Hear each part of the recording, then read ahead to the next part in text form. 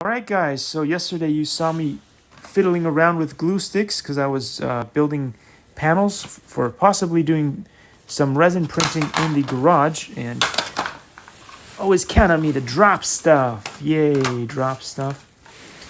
So there we go. I don't know that the camera was able to show you guys what glue sticks do and how they glow, because it usually doesn't. Had the same problem with iPhone being able to show how things glow with the 3D printed filament that glows in the dark. It actually does glow in the dark, and the glue sticks actually look like they glow.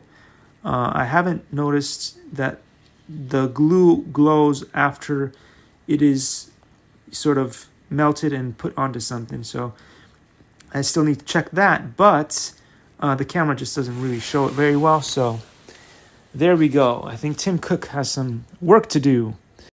Likey